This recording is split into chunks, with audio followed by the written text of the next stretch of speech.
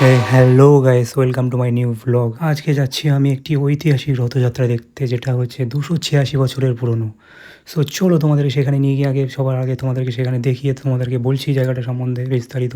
So দেখতে থাকো guys. চলে এসেছি কিন্তু আমি অলরেডি সেই জায়গায়, গুপ্তিপাড়া, হুগলি জেলার গুপ্তিপাড়া রথযাত্রা দেখতে। এই রথযাত্রাটি 1740 সালে তৈরি হয়েছিল, আজ 2026 সাল, তাই 286 বছর পূর্ণ হয়েছে এই রথযাত্রা। লোকজন জমে যাবে যেখানে হচ্ছে রথযাত্রা যখন টানা শুরু হবে। সো আমি একটা উঁচু জায়গায় চলে এসেছি, এখান থেকে তোমাদেরকে পুরো ভিউটা দেওয়ার চেষ্টা করব। সো দেখতেই পাচ্ছ এখানে পুরো লোকজনের ভিড় চলে এসেছে, যেখানে বলছিলাম যে একটু আগে রথযাত্রার লোকজনের ভিড় হয়ে যাবে একটু পরেই। সো অনেকে দেখছি আমার ভিডিওগুলো এখনও সাবস্ক্রাইব করোনি, ভিডিও দেখছো কিন্তু সাবস্ক্রাইব করোনি, অবশ্যই সাবস্ক্রাইব করে দেবে। আর লাইক যারা করোনি এখনও লাইক করে দিও প্লিজ, অনেক কষ্ট করতে হয় এরকম একটা ব্লগের ভিডিও তৈরি করতে গেলে। সো দেখতে থাকো ভিডিওটা। আমি কিন্তু 2-3 ঘন্টা ধরে অপেক্ষা করছি যে কখন রথযাত্রা শুরু হবে, টানাটা শুরু হবে। সো এইখানে কিন্তু টানা শুরু হয়ে গেছে গাছ, দেখতে পাচ্ছ তোমরা সবাই। দৃশ্যটা দেখতে একদম ঐতিহাসিক লাগছে কিনা তাই বলো, কমেন্টে অবশ্যই বলে দেবে কেমন লাগছে।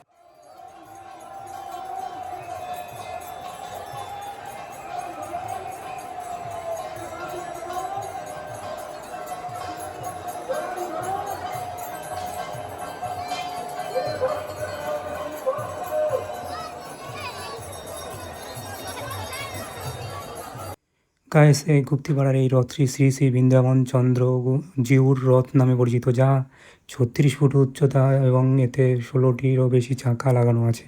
সো আমি এখন ফাইনালি রথ আগিয়ে গেছে, আমি এখন তার পেছনে পড়ে আছি। সো এখানে ভিড় ঠেলে ঠেলে চলে আসলাম আবার ভিড়ের মাঝে। দেখতে পাচ্ছ এখানে শুধু মাথা মাথা দেখতে পাচ্ছ, এখান থেকে নড়ার কোনো উপায় নেই। সো আমি এখানে দাঁড়িয়েই শুধু ব্লগটা করছি, কারণ তোমাদেরকে দেখানোর জন্য এসেছি। এখানে আমি দেখতেই পাচ্ছ শুধু মাথা আর মাথা। গায়েস, এখানে পা ফেলার কোনো জায়গা নেই, এত লোকজনের ভিড় জমে গেছে। প্রায় কোটিখানিক লোকজন হবে হয়তো।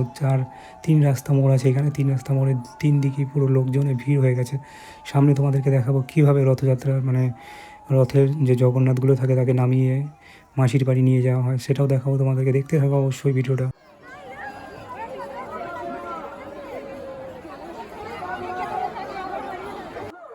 সো গাইস, যেমনটা তোমাদেরকে বলছিলাম যে জগন্নাথকে এখন রথ থেকে নামিয়ে তার মাসির বাড়ি নিয়ে যাওয়া হবে। সো সেই মুহূর্তে চলে এসেছি, আর ভিডিওটারও শেষ মুহূর্তে চলে এসেছি। দেখতেই পাচ্ছ এখানে জগন্নাথকে জামা পরিয়ে, নতুন জামা পরিয়ে কোলে করে নিয়ে রথ থেকে নামানো হচ্ছে তার মাসির বাড়ি। সো গাইস, জগন্নাথের রথযাত্রায় এসেছি, আর প্রসাদ খাবো না তাই কখনো হয়। চলো আমরা এবার জগন্নাথের এখানে প্রণাম করে যাবো প্রসাদ খেতে। সেখানে দেখতে পাবে কী কী আছে প্রসাদে।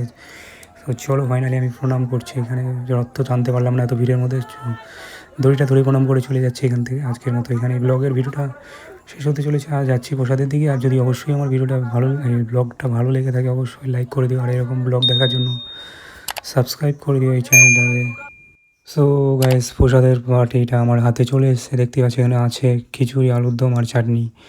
সো জয় Jagannath, thanks for watching, take care, love you, ta-ta. দেখা হচ্ছে নতুন একটা ব্লগের সাথে।